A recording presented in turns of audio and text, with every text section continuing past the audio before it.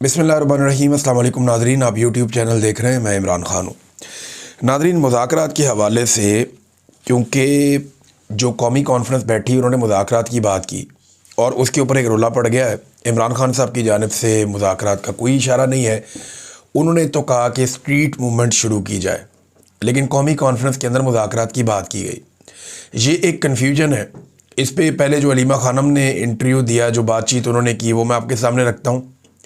फिर इमरान खान साहब ने क्या कहा और कौमी कॉन्फ्रेंस चाहती क्या है, और इस वक्त मुज़ाकरात का कोई माहौल बन सकता है या नहीं बन सकता, क्योंकि इमरान खान का जेल से बाहर आना सबसे बड़ी खबर होगी पाकिस्तान के सियासी मंजरनामे में। पहले आप ये देख लीजिए कि अलीमा खानम ने अभी स्टेटमेंट क्या दिया।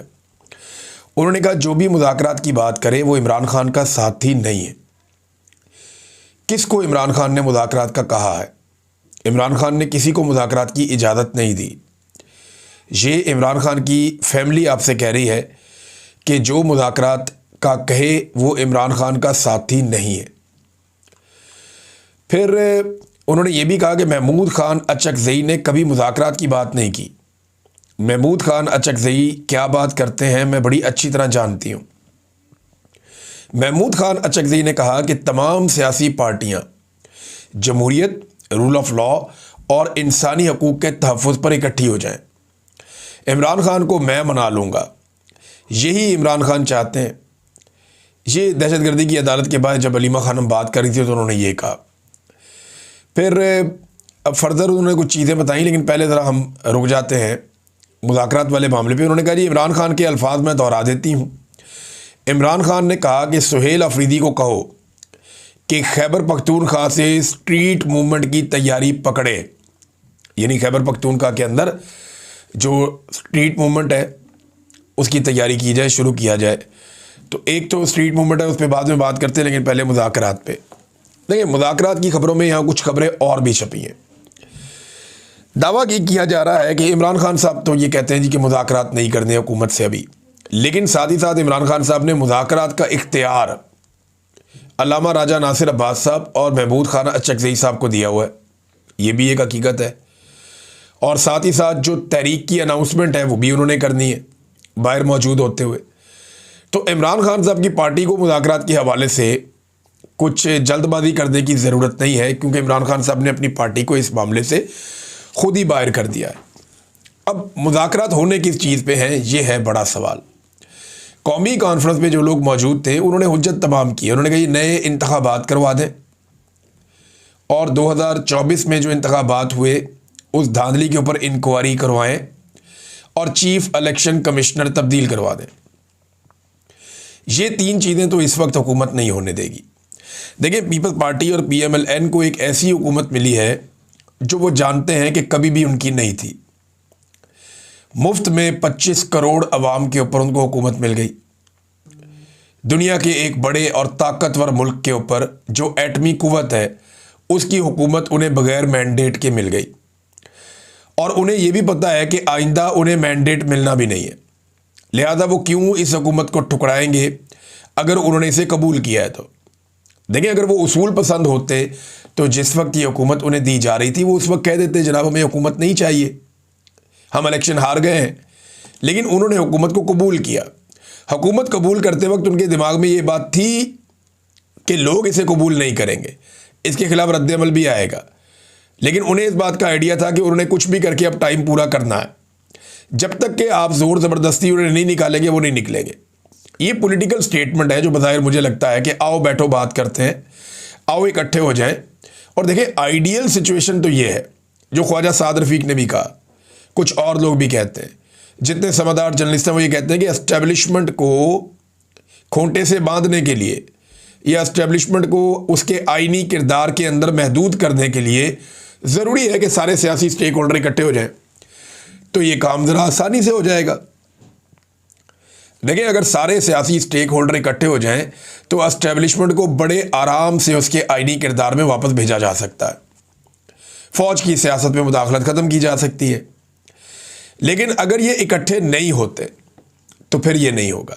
फिर इसके लिए अवाम को ताकत का इस्तेमाल करना पड़ेगा, और एक दिन आएगा अवाम ये कर भी लेगी। आज पाकिस्तान तहरीक इंसाफ ने या इमरान खान ने ये झंडा उठाया हुआ है, हो सकता है ये इसी दौर में हो जाए। अभी हो जाए और एस्टेब्लिशमेंट जो है वो अपने आईनी किरदार में वापस चली जाए। और जाना तो है, एक दिन तो ये होना पड़ेगा, क्योंकि पाकिस्तान ने अगर आगे बढ़ना है तो एस्टेब्लिशमेंट की हरकतों के बगैर पाकिस्तान आगे बढ़ सकता है, वैसे तो पाकिस्तान आगे नहीं बढ़ सकता। अब नादरीन, जो खैबर पख्तूनख्वा में तहरीक के हवाले से बातचीत है, देखिए हुकूमत को भी इस वक्त कोई दिलचस्पी नहीं है, पहले तो ये आप ले लेना, मुज़ाकरात में हुकूमत को भी कोई इस वक्त दिलचस्पी नहीं है। जब तहरीक खड़ी होगी ना, फिर हुकूमत वावेला करेगी, फिर लोग बोलेंगे, फिर बार बार कहेंगे जी मुज़ाकरात क्यों नहीं करते, बातचीत क्यों नहीं करते, सियासी लोगों को आपस में बातचीत करनी चाहिए। अभी हुकूमत ने भी वही वाली रट पकड़ी हुई है जो रट एस्टेब्लिशमेंट ने पकड़ी हुई थी कि जनाब इमरान खान माफ़ी मांगे। अब हुकूमत भी यही कह रही, क्योंकि हुकूमत एक बात जानती है कि इमरान खान से माफ़ी नहीं है मंगवा सकते।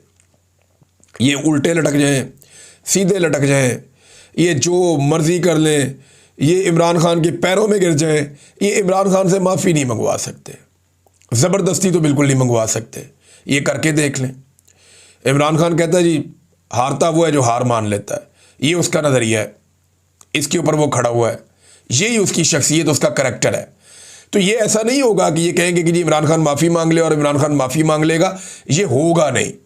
उससे पहले इमरान खान से माफ़ी मांगनी पड़ेगी इद्दत जैसे घटिया केस की, साइफर जैसे घटिया केस की, तोशा खाना जैसे भोंडे केसों की, उनकी बहनों के साथ जो जुल्म और ज़्यादती हुई उसकी, जो उनकी वाइफ के साथ किया गया उसकी, जो उनके रिश्तेदारों के साथ किया गया उसकी, जो ख़वातीन पाकिस्तान तहरीक इंसाफ की हैं उनके साथ जो जुल्म और ज़्यादती और जो बच्चों के साथ किया गया उसकी, और जो कत्लेआम पाकिस्तान तहरीक इंसाफ का बार बार किया गया, इन चीज़ों की माफ़ी तो इमरान खान से मांगनी पड़ेगी।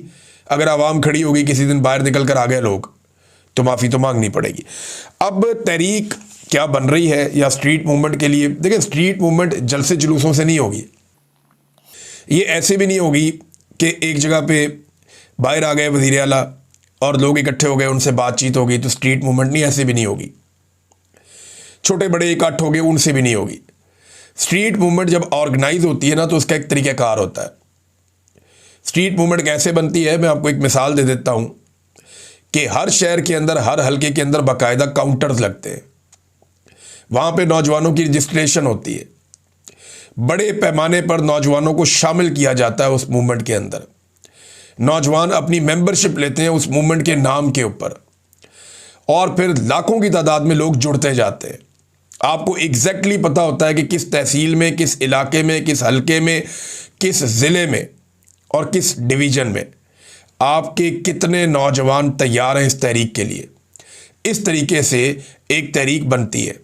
जब स्ट्रीट मूवमेंट बनती है तो आपको पता होता है कि कौन सी गली में कौन सा नौजवान लीड करेगा, किस गली में कौन सा पॉलिटिकल वर्कर लीड करेगा, और ये वहाँ से अपने नौजवानों को या लोगों को निकालेगा।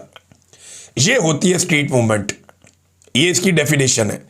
अगर ये इमरान खान को जाकर जेल में मिलेंगे तो वो उन्हें बताएंगे कि स्ट्रीट मूवमेंट क्या होती है। वो गलियों तक जाना होता है, हर घर तक पैगाम खुद लेकर जाती है पार्टी, हर जगह तक ये पैगाम पहुंचता है।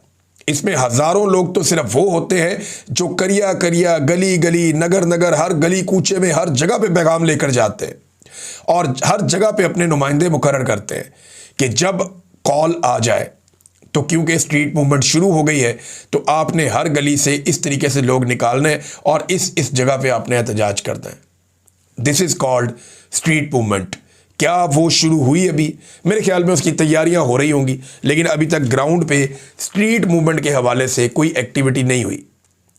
ये अचानक से वज़ीर आला एक जगह निकलते हैं, दिखाया जाता है कि वज़ीर आला है, बड़ी अच्छी बात है, उससे मोटिवेशन मिलती है नौजवानों को, लेकिन ये स्ट्रीट मूवमेंट नहीं है। वो अभी डिज़ाइन होगी, जब डिज़ाइन होगी उसके बाद काम शुरू होगा तो आपको पता चलेगा कि गली गली, मोहल्ले मोहल्ले लोग जा रहे हैं। स्ट्रीट मूवमेंट दुनिया के अंदर चली है, वो कैसे चली है ज़रा मॉडल निकाल के आप पढ़ें। अभी तक खैबर पख्तूनख्वा में या पाकिस्तान में उस हवाले से कुछ उस तरह का नहीं हुआ। ये क्लैरिटी अपने पास रखें। इमरान खान साहब के लिए उनकी फैमिली बता रही है कि इमरान खान साहब के लिए किताबें हमने भिजवाई थी, 11 किताबें हमने इमरान खान साहब के लिए भेजी, 9 किताबें इमरान खान साहब तक पहुंच गई हैं। वैसे इमरान खान साहब ने सैकड़ों किताबें पढ़ ली हैं अभी तक जेल के अंदर। यानी अगर आप किताबों का ही अंदाज़ा लगा लें ना, तो इमरान खान ने हर 2-3 दिन में एक किताब ख़त्म की है। इतनी किताबें जेल के अंदर इमरान खान ने पढ़ी हैं। नवाज शरीफ साहब ने 2 किताबें नहीं पढ़ी होंगी जेल में, 2 किताबें, टाइम ही नहीं मिला होगा ना, मुलाकातें ही बहुत थी, लोग आए रहते थे, फैमिली बैठी रहती थी, अपना डॉक्टर बैठा हुआ है, फिजियोथेरेपिस्ट बैठा हुआ है, अपने मुलाजिम बैठे हुए हैं, गपशप लग रही है, कहानियाँ चल रही हैं, टेलीफोन चल रहे हैं, हर तरह की सहूलत उनके पास है, दिल बहलाने के लिए लोग मौजूद हैं, फिल्में मौजूद हैं। तो मियाँ नवाज शरीफ साहब जो हैं वो तो उनकी जेल और तरह की थी। जरदारी साहब ने कितनी किताबें पढ़ी हैं आप भी जानते हैं, सब जानते हैं। तो इमरान खान साहब को अभी 9 किताबें भेजी गई, एक किताब जो है वो फरीद ज़िक्रिया वाली वो वापस हो गई। अब वो कहा गया जी जज साहब ने कि वो मैं पढ़ रहा हूँ अभी, और एक किताब जो है फ़लस्तीन वाली वो वापस हुई है। और अगली दफ़ा इमरान खान की बहन कहती हैं कि हम इसराइल वाली किताब भेजेंगे, वो ज़रूर उन तक पहुँच जाएगी, क्योंकि फ़लस्तीन और इसराइल को लेकर पाकिस्तान की पॉलिसी में बज़ाहिर एक बहुत बड़ा शिफ्ट हमें दिखाई दे रहा है। ये बात तो ठीक है। अब नाज़रीन, इमरान खान साहब के बारे में ना, उनकी पार्टी के बारे में एक स्टेटमेंट बड़ा मज़ेदार दिया अंसार अब्बासी साहब ने। ये स्टेटमेंट मैं आपको पढ़ के सुनाता हूँ, लेकिन आप गौर कीजिएगा कि इमरान खान साहब के साथ करते क्या हैं पाकिस्तान के अब जो दानिश्वर हैं, वो लोग क्या करते हैं। वो कहते हैं जी इमरान खान कौम से तवक्को रखे हुए हैं कि वो बाहर निकलेगी, लेकिन हकीकत ये है कि उनके टाइगर्स भी गीदड़ बन चुके हैं। अब ये इंस्टिगेट कर रहे हैं, बाहर निकलो, सामने आओ, मुकाबला करो। टाइगर्स गीदड़ बन गए, इमरान खान के वर्कर को कह रहे हैं कि वो गीदड़ बन गए हैं। क्या इन्होंने कभी PMLN के वर्कर्स को कहा कि आप गीदड़ बन गए हैं? कभी पीपल्स पार्टी के वर्कर्स को कहा कि आप गीदड़ बन गए हैं? कभी जमात इस्लामी के वर्कर्स को कहा कि आप गीदड़ बन गए हैं? कभी फजलुर रहमान के वर्कर्स को कहा कि आप गीदड़ बन गए हैं? लेकिन इमरान खान साहब के टाइगर्स भी गीदड़ बन गए हैं, ये अंसार अब्बासी साहब कह रहे हैं। देखिए अभी ये इंस्टिगेट कर रहे हैं कि ये बाहर नहीं निकलते, एहतजाज नहीं करने आ रहे, ये ताकत का इस्तेमाल नहीं कर रहे। लेकिन होगा क्या, जिस दिन पाकिस्तान तहरीक इंसाफ निकलेगी एहतजाज करने के लिए, यही अंसार अब्बासी साहब आप मेरी लिख कर रख लें ये बात, उस दिन जो कॉलम होगा वो आपने मुझे भेजना है, मैं बताऊंगा आपको। यही अंसार अब्बासी साहब कह रहे होंगे कि सियासी रास्ता नहीं निकालते, ये लोग एहतजाज क्यों कर रहे हैं, ये जत्थे लेकर हमलावर क्यों हो रहे हैं, ये चढ़ाई क्यों कर रहे हैं, ये गली मोहल्लों को बंद करके मुल्क को नुकसान क्यों पहुंचा रहे हैं, तबाह होती मईशत को मज़ीद तबाह क्यों कर रहे हैं। ये बातें अंसार अब्बासी साहब ने बाद में करनी है। लिहाजा जब आप इस तरह करते हैं ना कि एक तरफ आप ताने देते हैं और जैसे ही वो एहतजाज का रास्ता इख्तियार करते हैं तो आप साथ ही उनके ऊपर चढ़ाई कर देते हैं और दूसरी तरफ चले जाते हैं, तो एक्चुअली आप अपने आप को एक्सपोज कर रहे होते हैं, फिर लोग आपको संजीदा लेना छोड़ देते हैं। फजलुर रहमान साहब ने, उनके हवाले से एक खबर आई, उन्होंने मुखालफत की है गज़ा में फ़ौज भेजने की। मैं जो लोग गज़ा में फ़ौज भेजना चाहते हैं, जो इसके हमायती हैं, जो कहते हैं जी गज़ा में पाकिस्तान को अपनी फ़ौज भेजनी चाहिए, मैं उन्हें यकीन दिलाता हूँ और मैं उन्हें कहता हूँ कि बिल्कुल आपको मायूस होने की ज़रूरत नहीं है। फजलुर रहमान साहब बड़े आराम से मान जाएंगे, जैसे 26वीं तरमीम में मान गए, जैसे हर मौके पर फजलुर रहमान साहब मान जाते हैं। ये जो बात है इस पर फजलुर रहमान साहब हल्का फुल्का टक टुक करेंगे, अपनी पॉलिटिक्स करेंगे, लेकिन किसी किस्म की आपके लिए प्रॉब्लम क्रिएट नहीं होगी। आप जब चाहे गज़ा में फ़ौज भेज सकते हैं। फजलुर रहमान साहब का सिर्फ ये एक स्टेटमेंट है और बतौर एक मजहबी सियासी रहनुमा के उनकी मजबूरी भी है कि वो ये स्टेटमेंट दें। देखिए अमूमन जो फजलुर रहमान साहब खेलते हैं ना, वो उसी ग्राउंड के अंदर खेलते हैं जो ग्राउंड उन्हें एस्टेब्लिशमेंट मुहैया करती है। यानी जितनी ग्राउंड एस्टेब्लिशमेंट उन्हें फराहम करती है कि इसके बीच में आप खेल लें, फजलुर रहमान साहब उसी ग्राउंड के अंदर खेलते हैं, उससे बाहर अमूमन फजलुर रहमान साहब तशरीफ़ नहीं ले जाते, उसके अंदर रहते हैं। नाज़रीन, एक और इंकशाफ हुआ है, एस्टेब्लिशमेंट से ताल्लुक़ रखने वाले एक सहाफ़ी हैं, उन्होंने फरमाया कि अमार सुलंगी के नाम से एक अकाउंट है सोशल मीडिया पे, ये एक्स के ऊपर है, ट्विटर पे। ये बड़ी बदतमीज़ी भी करता है, ये अकाउंट बहुत बेहुदा बातें भी करता है, बड़ी अजीबोगरीब बातें भी करता है। तो ये जो अमार सुलंगी के नाम से एक अकाउंट है, वो ये कहते हैं कि जी ISI चला रही है। देखिए अगर तो ये खबर सच है कि ये अकाउंट ISI चला रही है, तो भाई ISI ये जाली अकाउंट भी चलाती है, यानी दूसरों के नामों के ऊपर ISI अकाउंट्स बनाकर भी चलाती है। ये भी अब एक अजीबोगरीब चीज़ हमें पता चल रही है। देखिए इससे पहले भी उम्मे हरीम नाम का एक अकाउंट था और बहुत सारे और भी अकाउंट्स थे, वो पाकिस्तान की एस्टेब्लिशमेंट और फ़ौज के खाते में पड़ते रहे और बड़ा मजाक बना रहा है पाकिस्तान के अंदर कि जनाब ये भी अकाउंट उनका है तो ये भी अकाउंट उनका। वो गलती से एक ट्वीट हो गया था, वो हकायक खुल गए थे, उम्मे हरीम नाम का एक अकाउंट था, कुछ और भी औरतों और लड़कियों के नामों से अकाउंट थे और वो भी इस्तेमाल किए जाते थे इस मकसद के लिए। आज भी बहुत सारे ऐसे अकाउंट्स हैं जो मिलिट्री एस्टेब्लिशमेंट इस्तेमाल करती है, लेकिन मिलिट्री एस्टेब्लिशमेंट के अपने लोग ये पोल खोल देंगे, ये बड़ा इंटरेस्टिंग है। अच्छा, एक वक्त में ना इस्लामाबाद हाई कोर्ट ने ये अमार सुलंगी नाम का जो अकाउंट है इसे बाकायदा नोटिस भी किया था, लेकिन फिर वो मामला गोलमोल हो गया था। तो ये भी इशारा कुछ जर्नलिस्ट कर रहे हैं कि जनाब ये भी इसीलिए गोलमोल हो गया था कि ये अकाउंट आईएसआई चलाती है। अब आईएसआई जो है वो सोशल मीडिया के फेक अकाउंट्स चलाएगी। ये हालत कर दी आईएसआई की। जिन्होंने मुल्क की हिफाजत करनी थी, जिन्होंने मुल्क की सलामती और बका के लिए काम करना था, मुल्क के दुश्मनों को पहचानना था, जिन्होंने दुश्मनों से महफूज रखना था, जिन्होंने पाकिस्तान के पानियों के ऊपर भारत को कब्जा नहीं करने देना था, जिन्होंने पाकिस्तान में दहशतगर्दी के बड़े बड़े वाक़यात रोकने थे, वो अब जाली अकाउंट्स भी चलाएंगे। कहाँ लाकर खड़ा कर दिया हमारे इदारों को। क्या पाकिस्तानी कौम इस मकसद के लिए इतने फंड्स खर्च करती है अपने इदारों पे? नादरीन, एक और डेवलपमेंट हमारे जो जर्नलिस्ट हैं उनके हवाले से, आगा शेख सरवर और राय गुलाम अली साहब, इन दोनों को बड़े लंबे अरसे तक कैद में रखा गया, लगभग 1 महीना हो गया। तो अली अशफाक साहब का एक मरतबा फिर शुक्रिया, उनसे हमने दरख्वास्त की थी कि आप इनका केस लड़िए। ये दोनों हमारे गरीब साथी हैं, हमारे जर्नलिस्ट साथी हैं और इन्होंने आवाज़ पाकिस्तानियों की उठाई है। तो उनकी अल्हम्दुलिल्लाह अब ज़मानतें हो गई हैं। अदालत ने हुक्म दिया कि मुचल्लके जमा करवाए जाएँ और फिर इनकी रिहाई हो जाए। तो उम्मीद करते हैं कि एक आधे दिन में ये नौजवान दोनों, आगा शेख सरवर साहब और राय गुलाम अली साहब, इनकी ज़मानतें हो जाएंगी। और दूसरा सौराब बरकत साहब का केस है। हम हमेशा आवाज़ उठाते हैं, पूरा पाकिस्तान आवाज़ उठाता है, पूरा कश्मीर आवाज़ उठाता है। तो सौराब बरकत साहब के केस में पिछले हफ्ते जज साहब हैं लाहौर हाई कोर्ट के, उनके 2 केसेस में तो वो उनकी ज़मानतें हो गई, वहाँ पे तो उनकी रिहाई है। एक केस जो है वो लाहौर हाई कोर्ट में पिछले हफ्ते नोटिस हुए थे, जस्टिस फारूक हैदर साहब ने नोटिस जारी किए और अब जब समाअत का दिन आया आज, तो उन्होंने माजरत कर ली समाअत से। वजह क्या है, तहरीरी फैसला सामने आएगा तो हमें पता चलेगा। जाते जाते एक डाटा नाज़रीन आपके सामने और रखता हूँ। ये पाकिस्तान की हुकूमत के कारनामे हैं। रोज़ाना एक नया कारनामा सामने आ जाता है और फिर हमें हैरत होती है। देखिए, इंसानी तरक्की, कोई भी मुल्क जो है 25 करोड़ का पाकिस्तान मुल्क है, दुनिया का जो भी मुल्क होता है ना, उसके अंदर इंसान उतनी दिलचस्पी लेते हैं जितना उनके लिए तरक्की करने का मौका होता है। तो इंसानी तरक्की के शोबे में या इस मैदान में पाकिस्तान आज कहाँ खड़ा है? देखिए, ये अक़वाम मुत्तहिदा के इंसानी तरक्की के जो इशारे हैं HDI, वो क्या कहते हैं? उनके मुताबिक पाकिस्तान की दर्जाबंदी मुसलसल नीचे की जानिब आ रही है। 2020-21 में जब कोरोना वायरस था, उस वक्त पाकिस्तान में इंसानी तरक्की का दर्जा 161वें नंबर पे था। 2023-24 में ये 164वें नंबर पे आ गया और अब जो 2025 चल रहा है, इसमें ये 168वें नंबर पे आ गया। यानी इंसानी तरक्की के शोबे में पाकिस्तान की 7 दर्जे तनज़ली हुई है। बेड़ा गर्क किया इंसानी तरक्की का भी इस हुकूमत ने, और ये मैं नहीं कह रहा, ये अक़वाम मुत्तहिदा का डेटा है।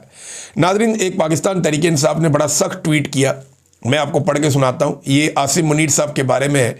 वोट चोर फील्ड मार्शल लिखा है, नीचे आसिम मुनीर का फ़ोटो है और वो लिखते क्या है? ज़ेली मरीज़ एक तो ज़बरदस्ती इक़्तिदार पर काबिज़ है, फिर एक जाली असम्बली के जाली अरकान से खुद को ज़िंदगी भर का इस्तिस्ना भी दिलवा चुका है। अपने आप को खुद ही फील्ड मार्शल और तमाम अफवाज का कमांडर भी करार दिलवा चुका है, लेकिन बुज़दिल इतना है कि इमरान खान की तस्वीर नहीं, एक पैगाम से भी डरता है। स्ट्रीट मूवमेंट की तैयारी पकड़े, ये उनका हैशटैग चल रहा है पाकिस्तान तहरीक इंसाफ का, लेकिन प्रैक्टिकली अभी तक स्ट्रीट मूवमेंट का आगाज़ नहीं हुआ। अब तक के लिए इतना ही। अपना ख्याल रखिएगा, अपने इस चैनल का भी। अल्लाह हाफ़िज़।